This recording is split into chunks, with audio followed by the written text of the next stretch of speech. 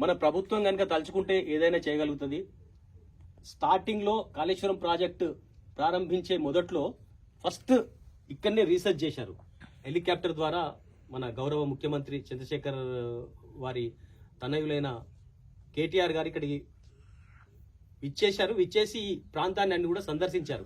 ఇక్కడ డ్యామ్ కడితే చాలా బాగుంటది, ఎందుకంటే డెప్త్ చాలా ఉన్నప్పటికీ నేరోగా ఉన్నది అని ఇక్కడ వాళ్ళు చూజ్ చేసుకున్నారు. దాని తర్వాత ఎందుకనేమో ఆ మహారాష్ట్ర నుంచి కూడా పైన గంగ వస్తుంది కదా, అది ఇది ఆ నీళ్ళన్నీ కూడా ఒకవేళ ఇక్కడ వర్షం పడితే పై నీళ్ళు వస్తాయి, ఒకవేళ మహారాష్ట్రలో వర్షం పడి ఇక్కడ వాన పడకుండా కూడా ఆ నీళ్ళు యూటిలైజ్ చేసుకోవచ్చు అని వాళ్ళు కాళేశ్వరం లోపల ప్రాజెక్టు నిర్మాణం చేశారు. లేకపోతే ఇక్కడనే ప్రాజెక్ట్ అవుతూ ఉండే. ఆ టైంలో కేటీఆర్ గారు ఇక్కడికి వచ్చారు. వచ్చిన టైంలో ఇక్కడనే వెళ్ళిపోయాడు, ఇక్కడ పక్కన కట్టారు. బట్ ప్రభుత్వ దృష్టికి వెళ్ళిందో లేదో నాకు తెలియదు.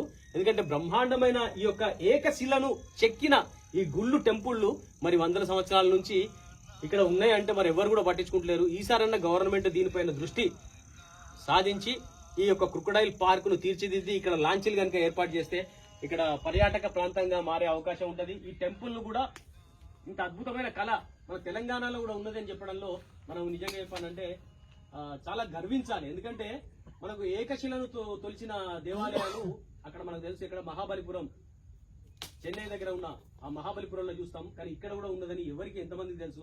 మన పాఠ్య పుస్తకాలలో కూడా వీటి గురించి ఎక్కడ కూడా లేదు. కాబట్టి ఇప్పటికైనా గవర్నమెంట్ దీనిపైన దృష్టి సాధించి ఈ యొక్క శిలలన్నీ కూడా సెటరైజ్ చేసి ఈ ఉన్న విగ్రహాలను తీర్చిదిద్ది, శంకరుని విగ్రహం ఉన్నది, తర్వాత గణపతి విగ్రహం ఉన్నది, అద్భుతమైన కళాఖండాలన్నీ కూడా ఇక్కడ మన కళ్లకు కట్టినట్టుగా ఉట్టిపడుతున్నాయి. ఇలాంటి ప్రదేశాన్ని మరి గవర్నమెంట్ కనుక అతి త్వరగా ఒక పర్యాటక ప్రాంతంగా తీర్చిదిద్దితే మాత్రం చాలా బాగుంటది. అందరూ కూడా ఎంజాయ్ చేస్తారు, అందులో ఏమాత్రం సందేహం లేదు. బ్యూటీ ఆఫ్ నేచర్ ఇప్పటికి కూడా ఇంకా ఇక్కడ ఉన్నది. ఇక్కడ నుంచి చూస్తే ఆ యొక్క నది ఎంత అద్భుతంగా కనిపిస్తున్నది, ఒక సముద్రం లాగా కనిపిస్తున్నది. సో అలాంటి దృశ్యాలు మనకు దొరకవు, కళ్ళకు వెండి చేస్తాయి.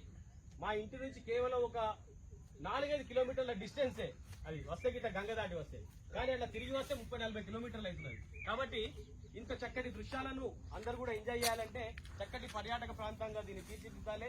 అంతేకాకుండా వీటికి రాకపోకలు ట్రాన్స్పోర్టేషన్ అనేది గవర్నమెంట్ ఏర్పరిస్తే చాలా బాగుంటుంది. ఇక్కడ బస్సులు వేస్తే ఇంకా మంచిది.